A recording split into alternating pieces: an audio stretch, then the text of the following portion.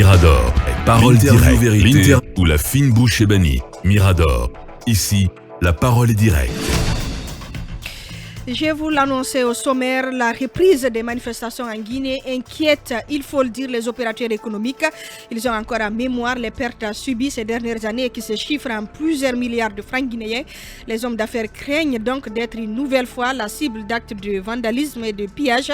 Nous entendons donc à ce propos le président du GOA, Chérif Abdallah, qui est également préoccupé par la disparition de l'opérateur économique Habiban. Bonjour et bienvenue, monsieur Abdallah. Bonjour, comment allez-vous? Bonjour à toute l'équipe et à vos millions d'auditeurs.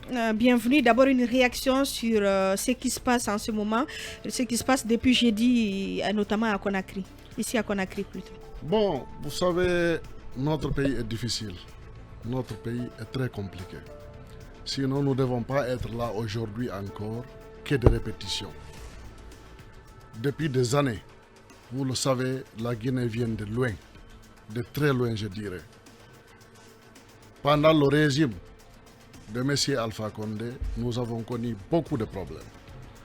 Il y a eu Ebola aussi, qui est venu s'ajouter à ces problèmes. Après, il y a eu le cas de troisième mandat. Et ensuite, Corona est venu s'ajouter à ça et les fermetures des frontières. Tout ça là, ça entraîne des pertes énormes. Ça fait des pertes énormes chez les opérateurs économiques. Moi-même qui est en face de vous, je suis l'une des victimes de ça. Ensuite, il y a eu l'arrivée des militaires au pouvoir. L'arrivée des militaires au pouvoir, vous savez, quand il y a des coups d'État, tous les investisseurs deviennent réticents, même les nationaux. Ils vont observer, ils vont voir la situation pour comprendre qu'est-ce qui se passe. La Guinée ne devait pas être là où nous sommes aujourd'hui. Moi, je suis ici aujourd'hui principalement pour donner des conseils et au CNRD et à l'ensemble du peuple de Guinée, parce que notre pays ne mérite pas ce que nous vivons actuellement. Il faut absolument que ça change. Il faut absolument qu'on évolue, parce qu'on n'a pas besoin de tensions à l'heure actuelle. Le peuple est en train de souffrir et chacun de nous doit comprendre ça.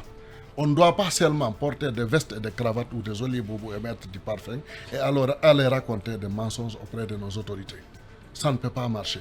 Il faut dire la réalité du terrain. Le peuple est en train de souffrir et par conséquent, le premier responsable de ce pays, il faut le dire ce qui se passe sur le terrain. S'il comprend réellement ce qui se passe sur le terrain, nous sommes tous des citoyens guinéens, et lui et nous. Je pense qu'il y aura l'entente et ça va évoluer.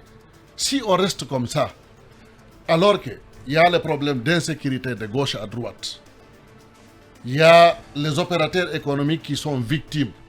Même si on annonce des mouvements, les gens seront réticents et les activités seront à ralenti. Aujourd'hui, les opérateurs économiques, par la situation du terrain, je dirais que c'est comme s'ils ne sont pas crédibles. Parce que vous ne pouvez pas dire à un de vos partenaires, faites venir tel nombre de marchandises ou faites venir nous installer une unité de fabrique, il va nous dire, il n'y a pas de sécurité chez vous. Est-ce que ça fait plaisir à un Guinéen? Est-ce que c'est ça qui va faire en sorte que l'emploi soit créé en Guinée? Non. Il faut absolument qu'on change. Si on ne change pas, nous n'irons nulle part. Parlant des violences de ces derniers jours, est-ce que vous avez connaissance d'attaques contre des commerces? Bon, vous savez, hier matin, j'étais un peu content parce que la journée d'avant-hier, nous n'avons pas entendu, comment dirais-je, des casses ou de ce genre de choses sur le terrain parce que nous sommes en contact avec toutes les sections, les différentes représentations des antennes du GOA dans les marchés et dans les différents quartiers de Conakry parce que le GOA est présent partout. Donc, mais par après, hier, nous avons appris qu'il y a eu des attaques au niveau de Koza. Pour le moment, les responsables de la commune de Matam, tous les membres du GOA de la commune de Matam, nous ont dit, même lorsque nous sommes arrivés ici, qu'ils n'ont pas entendu qu'il y ait quelque chose. Par rapport à cette situation, je pense que c'est quelque part, on doit continuer comme ça pour ne pas qu'il y ait de casse. Mais nous déplorons qu'il y ait des cas de mort. Et nous présentons les condoléances les plus émues aux familles de ces personnes qui sont Chérif Abdallah, aussi, nous aussi, comment dirais-je, les cas de blessés et tout ce qui s'est passé, tous ceux qui ont été victimes. nous compatissons à leur douleur. Et nous présentons les condoléances et nous prions Dieu le Tout-Puissant qu'il y ait plus ça dans notre pays, plus jamais ça dans notre pays. Est-ce qu'aujourd'hui vous commencez à perdre de l'espoir, puisqu'on vous a vu à l'arrivée du CNRD, vous faites partie de ceux qui avaient fait des communications pour soutenir les nouvelles autorités. Avec l'évolution de la situation aujourd'hui, qu'est-ce que vous dites? Est-ce que vous dites nos espoirs ont été déçus ou bien on regrette d'avoir soutenu le CNRD au début? Bon, si je dis regrette, c'est un peu trop. Nous avons effectivement, comme tous les Guinéens, d'ailleurs, moi, j'étais l'un des premiers Guinéens à faire une vidéo pour soutenir le CNRD parce que j'étais déjà en exil à Dakar, tout le monde le sait. Et le même jour, les grands médias sénégalais, les CNWeb, DSTV et autres ont fait des éditions spéciales. J'étais l'invité spécial de 15h à 21h. Je ne faisais que défendre l'armée et mon pays et la situation dans laquelle la Guinée était en train de vivre le même dimanche. Vous le regrettez aujourd'hui? Non, je vous explique. Par après, nous avons fait le tour du terrain pour encourager tout le monde à soutenir l'action parce que on en avait marre de la situation qui prévaut sur le terrain. Aujourd'hui, mon cœur est en train de balancer. Pour vous dire la vérité, mon cœur est en train de balancer parce qu'on ne nous encourage pas. Parce que si on ne nous écoute pas, alors que c'est nous qui sommes sur le terrain, parce que dans cette affaire-là, il faut savoir la réalité du terrain. Nous sommes sur le terrain et nous avons notre capacité qui reste intacte et qui est même renforcée sur le terrain. Parce que notre organisation, je vous informe, le GOA est créé en Guinée, mais le GOA est international aujourd'hui. Le GOA a obtenu des agréments dans des pays au même titre que la Guinée. Nous avons des millions de membres et de sympathisants. Si on ne nous écoute pas, on cherche à nous écarter. Et les autorités ne font qu'écouter des personnes qui n'ont absolument aucune représentativité réelle sur le terrain. Mais par rapport à quoi, Chérif Abdallah, on ne vous comprend pas. Par rapport à quoi les autorités actuelles ne vous écoutent pas? Écoutez, par rapport même à la manifestation qui s'est passée là, ça c'est des choses, j'ai vu des sages la fois dernière aller vers l'OFNDC, demander au FNDC de surseoir à toute manifestation. S'il y avait un contact réel entre nous et les autorités du CNRD, vous pensez que tout ça allait arriver? Parce que nous, on peut le dire la vérité. Voilà ce qu'il y a sur le terrain. Et voilà ce que nous voulons, la stricte vérité. On est en train de mentir au colonel? Pour l'intérêt supérieur de la nation. Et je pouvais revenir au FNDC. Je pense que je serais aussi écouté au niveau du FNDC. Parce qu'il ne faut pas oublier, le GOA a participé à la lutte contre le troisième mandat. Toutes les manifestations pacifiques qui ont été organisées ici, nous avons participé et j'ai tenu des discours. Et à l'époque, le coordinateur qui était là, M. Abdraman Sano, était en prison. Le Sékou Koundouno était en prison. Et nous-mêmes, nous faisions partie de ceux qui ont exigé leur libération. Vous comprenez? Mais les autorités actuelles ne nous encouragent pas. C'est ça la vérité. Allez-y. Est-ce que pratiquement on peut dire que ceux qui étaient autour de l'ancien président seraient aujourd'hui les mêmes autour de Mamadi? Et pourquoi selon vous les mêmes pratiques persistent? Pourquoi ce dialogue tant demandé ne vient pas? Pourquoi peut-être les autorités refusent ça a tout l'air pour moi. Parce que dans les conditions normales, vous-même vous avez vu, vous avez témoigné et vous connaissez ce que nous avons fait pour soutenir l'action de ces militaires-là dès le départ. Mais même un petit merci de leur part, quand même. Quand je soutiens ici Basekou ou je soutiens la Radio Film, j'attends un petit merci quand même de la part du directeur général de la Radio Film. Même un petit merci, nous n'avons pas reçu. Est-ce que ça encourage? Pour les rencontrer, c'est extrêmement difficile. C'est pourquoi on ne cherche même pas à les rencontrer. Nous sommes dans notre petit coin, on observe. Je pense qu'à un moment donné, on nous fera appel pour nous dire intervenez sur ça. En ce moment, chacun va dire la vérité, chacun va dire ce qu'il pense et le pays va évoluer. Parce que c'est notre pays. Il est de notre intérêt que ce pays soit protégé. Le message des opérateurs au cas où la crise s'enlisait, on ne le souhaite pas, puisqu'aujourd'hui c'est l'armée qui est réquisitionnée. Pratiquement, l'autre côté, les mouvements sociopolitiques s'apprêtent. Quel est le message des opérateurs économiques? Notre message a été toujours clair. Nous demandons aux forces de défense et de sécurité de protéger l'ensemble des opérateurs économiques et de leurs biens et sur tout l'étendue du territoire national. Écoutez attentivement ce que je suis en train de dire. Nous, on ne vit pas sur le dos de l'État. C'est l'État qui vit sur nos dos. Ce sont les opérateurs économiques qui payent les taxes. Tous ceux qui ont des tenues, qui ont des forces, qui ont des armes, qui sont dans des bureaux, qui sont chefs, sont payés par les efforts des opérateurs économiques. En commençant par les étalagistes, jusqu'aux magasiniers, jusqu'aux industriels. Et par conséquent, la protection de ces opérateurs économiques-là les incombe totalement. Et nous veillons strictement à ça, en tant qu'organisation désormais internationale. Nous veillons strictement à ça. Il faut absolument que les opérateurs économiques, leur sécurité soit nette sur le terrain. Et là, on ne tergiverse pas. On ne souhaite pas que les opérateurs économiques soient touchés. Là, sinon on va réagir. Oui, et à notre manière. Oui, Abdallah, vous avez été très ferme avec l'ancien régime d'Alpha Condé.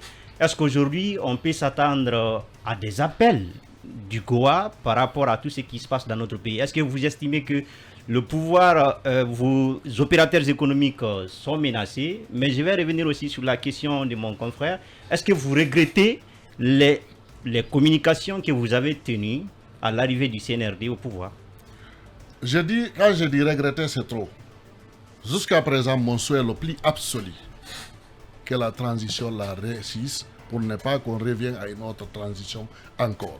Nous souhaitons que les autorités du pays nous écoutent et que nous entendent. Parce qu'en fait, on ne peut pas imposer la confiance, on ne peut pas acheter la confiance. La confiance se mérite. Ce terrain, on l'a. Aujourd'hui, vous allez écouter d'autres personnes. Si vous écoutez d'autres personnes parler, c'est comme si même notre organisation, nous-mêmes, les opérateurs économiques, le GOA dire en toutes ces années, tout ce que nous avons fait comme effort pour ce pays, tout ce que nous avons fait comme effort pour les opérateurs économiques ressortissants guinéens à travers le monde n'existe pas. C'est là extraordinaire. Faut pas aller parler de bonnes paroles et que vous faites semblant comme si vous représentez quelque chose alors qu'il n'en est réellement rien. Vous voulez parler de qui? Vous voulez parler de qui, Chérif Abdallah? Cette question, vous voulez parler de qui, Chérif? Ça va venir. N'allez pas faire la langue de bois. Oui, justement, ça a attiré mon attention parce qu'il est revenu sur cette question. Il veut l'écouter des gens qui ne représentent rien. Est-ce que vous avez une certaine frustration croyant qu'on vous a écarté ça ressemble à de la frustration. On nous a écarté quelque part là où on ne devait pas nous écarter. Au niveau du CNT. Nous avons envoyé certains de nos membres, nous n'avons pas désigné plusieurs personnes, un seul cadre du GOA, de surcroît un industriel, un homme digne et respecté, et qui travaille excellemment bien sur le terrain et qui est sérieux. Nous avons envoyé ces messieurs pour représenter le GOA, avec toutes les victimes que vous savez qui est derrière. On n'a pas pris ça en compte. Vous ne voulez pas lâcher... Qui nous représente au niveau du CNT? Ça n'existe pas parce qu'on ne connaît même pas les personnes là. On ne les connaît pas. Moi, je suivais le GOA quand j'étais fréquent sur le terrain, vers les 2011-13 jusqu'à 13. Je sais que vous représentiez quelque chose à l'époque sur le terrain. Je ne sais pas si c'est toujours le cas. Mais vous insistez sur le fait qu'on écoute des gens qui ne représentent rien. On envoie au CNT quelqu'un qu'on ne connaît même pas. Si vous ne voulez pas lâcher le mot regret d'avoir soutenu le CNRD, est-ce que vous avez quand même l'impression qu'on est en train de revenir sur les pratiques du régime d'Alpha Condé, là où on voyait dans le combat pour, par exemple, la chambre du commerce, on sait ce qui s'est passé, tout ça? Bon, je pense que même, quand vous parlez de la chambre de commerce, je pense qu'il y a 2 ou 3 vice-présidents que nous faisons confiance. Le reste, je pense que la CRIEF doit vérifier ce qui se passe là-bas, parce qu'il y a les centimes additionnels, c'est des milliards et nous ne voyons pas les traces et on ne comprend rien. Le CNRD est en train de revenir sur les anciennes pratiques concernant le commerce. Le CNRD, je veux dire, le CNRD, moi je le demande humblement d'améliorer nettement la façon de faire. Il n'y a pas de problème pour ça. En faisant quoi? Vous comprenez? Dialoguer avec tout le monde. Quand vous êtes les premiers responsables, c'est facile. C'est pas compliqué. C'est pas du tout compliqué. Faut pas compliquer ce qui n'est pas compliqué. Nous sommes tous des Guinéens. En réalité, personne n'est méchant. Parce que si Les autres demandent l'ouverture de... C'est des dialogues qu'ils ont demandé, non? C'est des dialogués qu'ils ont demandé, non? C'est pas une guerre qu'ils ont demandé, c'est des dialogués. Donc, ouvrez ça, dialoguez avec eux, discutez avec eux, entendez-vous sur quelque chose. Parce que je pense qu'il ne doit pas y avoir de problème autour de ça. Il ne faut pas nous créer des problèmes là où il ne devait pas y avoir de problème. Parce que moi, jusqu'à preuve du contraire, j'ai encore l'espoir sur les autorités qui sont là. J'ai encore l'espoir. Mais je ne veux pas que l'espoir là soit gâté. Vous comprenez? C'est pourquoi, si vous avez remarqué, nous sommes calmes et nous observons la situation parce qu'on n'a pas encore perdu l'espoir totalement. Quel sera le point culminant de votre patience d'observation? Quoi? Jusqu'à quel moment on pourrait vous entendre Vous savez, les choses sont en train d'évoluer sur le terrain et nous évoluons avec. Voilà. Chérif Abdallah, pour terminer cette interview avec vous, cette transition, c'est l'affaire de tous. Chaque entité doit jouer son rôle pour que nous puissions réussir cette transition. Certains parlent même de la dernière transition. C'est vrai qu'il y a de nombreuses difficultés sur le terrain, mais vous, en tant qu'organisation puissante aujourd'hui sur le territoire guinéen, quel est le rôle que vous comptez jouer, notamment auprès des autorités, auprès de la société civile, pour notamment réussir cette transition en cours? Et on aimerait également vous entendre sur la disparition de l'opérateur économique Habiba. Oui, c'est très bien. Le rôle que nous devons jouer, je pense qu'on l'avait déjà commencé dès le jour du 5 septembre d'ailleurs. Vous comprenez? Au-delà des discours. S'il y avait des contacts entre nous et les autorités de ce pays, je pense que cette situation n'aurait pas arrivé. Vous comprenez? Mais des personnes, peut-être des businessmen de la crise, cherchent toujours à être entre nous et le colonel Doumbouya, entre nous et les autorités de ce pays. Quand vous parlez avec ceci, il y aura ça, il y aura ça, il y aura ça. Écoutez, il n'y a pas plus patriote en République de Guinée que nous. Il n'y en aura pas. Parce que nous avons travaillé pour la paix et l'unité dans ce pays et tout le monde le connaît. Tous les jours presque, chaque 3-4 mois, je reçois des satisfecits avec des organisations et des personnes que je n'ai jamais vues dans ce cadre-là. Vous comprenez? Tout le monde connaît la réalité du terrain. Donc nous souhaitons que les autorités nous écoutent et qu'on essaye de faire des démarches nécessaires pour que les choses soient nettes dans l'intérêt de tout le monde. Parce qu'au fait, il n'y a pas une opposition normalement ici. Il ne faut pas créer une opposition. C'est un gouvernement de transition. Les militaires sont là pour un temps bien déterminé. Discutez avec les gens. Vous ne voulez pas être candidat pour être président quelque part. Discutez avec les gens tranquillement. Ouvrez le dialogue, discutez avec les gens. Sur la disparition de Habiba, on n'a plus assez de temps, très rapidement.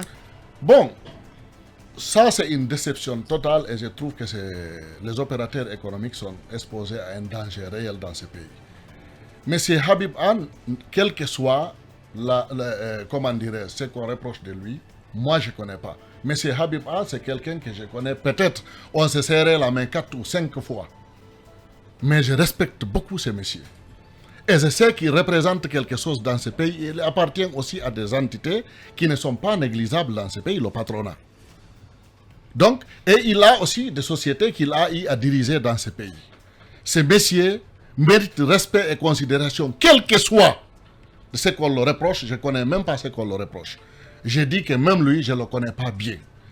Mais en tant que président du Goa, en tant qu'opérateur économique, au même titre que lui, il est de mon devoir de dire halte et de trouver la solution. Avant-hier, j'ai parlé avec son avocat. Il n'avait pas l'information. Personne n'est tranquille. Et ce genre de pratique va chasser tous les investisseurs, nationaux comme étrangers. Soyez sûrs et certains. Parce que ça ne rassure personne. Si vous reprochez un citoyen de quelque chose, mais dites-lui, ça c'est pas des bandits, ça c'est des hommes responsables de ce pays. Avertissez-les, vous ne pouvez pas voyager, vous ne pouvez pas ceci et cela. Il comprend pour quelle raison il ne doit pas voyager, on le reproche de tel ou tel. Ça, en ce moment, s'il comprend, il va prendre ses avocats, il va se défendre. S'il a raison, il aura sa raison. S'il n'a pas raison, la loi va être appliquée sur lui. Je pense que c'est très simple. Mais prendre un opérateur économique comme ça et le faire disparaître, ça nous rappelle le temps passé. Nous-mêmes, on a eu un vice-président de la section Goa des communes de Matoto qui a été kidnappé et assassiné. Nous avons vu ici Elas Doura, qui était membre du conseil des sages et de réconciliation du Goa, qui a été kidnappé et assassiné. Nous avons même à l'époque organisé des journées sans commerce sur tout le temps du territoire national qui a été observé. C'est extrêmement grave ce qui se passe. Donc, je vais attirer l'attention des autorités par rapport à ça. Ne faites pas de cette manière. C'est très dangereux et ça peut chasser les investisseurs et nationaux et internationaux. L'inquiétude de Chérif Abdallah au sujet de la disparition de l'opérateur économique Habibana. Merci beaucoup d'être passé dans ce studio. Mirador continue. Avant de parler donc du procès sur les massacres du 28 septembre, on a écouté Chérif Abdallah Kabi, ce climat tendu, toutes ces tensions, ça ne facilite pas les affaires dans le pays. Pas les affaires et ça ne rassure pas. Moi, je comprends bien le cri de cœur de l'opérateur Abdallah qui s'inquiète bien évidemment pour le business dans le pays. Vous voyez, quand on regarde par exemple ces 2 jours, on ne peut peut-être pas se faire une idée, mais les répercussions économiques sont importantes. Énorme. Et on attend d'ailleurs que le ministère du Budget nous dise un peu ce qu'on a perdu en termes d'entrée.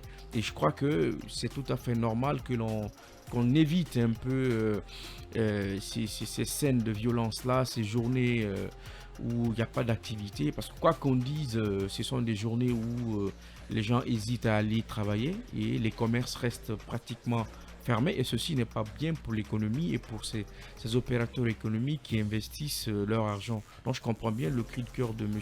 Abdallah.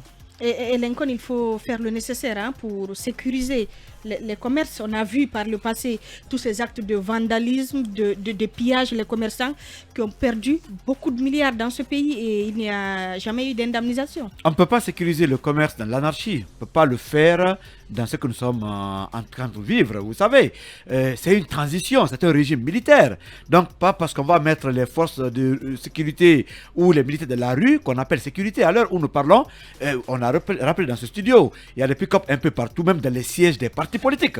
Cela ne rassure pas même les opérateurs.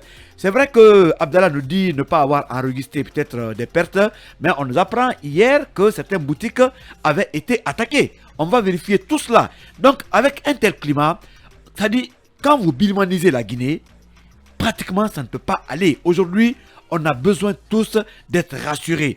La sécurité, dans le dialogue, dans la compréhension, dans le compromis. Mais militariser une ville pensant qu'on la sécurise, ça fait fuir et les opérateurs et les partenaires. L'argent n'aime pas le bruit et le grand perdant, c'est le peuple. Mais le colonel aura également un bilan. Donc, appelez tout le monde, on va dialoguer. Vous avez vu à la prise de pouvoir, on a fait disparaître tous les pick-up, tout ce qui est militaire, même les barrages. Est-ce qu'il y a eu un seul problème en Guinée? Il n'y en a pas eu, parce qu'il y avait la compréhension. Vous pouvez quitter Conakry jusqu'à Zéry-Corée sans rencontrer un pick-up, sans rencontrer un barrage, sans rien. Mais tout se passait très bien. Mais avec un tel climat, ça ne rassure pas. La violence, pratiquement, on ne gagne pas avec. Demandons aux autorités vraiment de revenir à des meilleurs sentiments, prendre la Guinée et tenir compte surtout du discours prôné le 5 septembre par le colonel. Ce discours, c'est la solution de la Guinée si il est appliqué. Et cette triste information, avant de changer de registre. Oui, la triste information, c'est notre consoeur Maladoba qui nous envoie le message.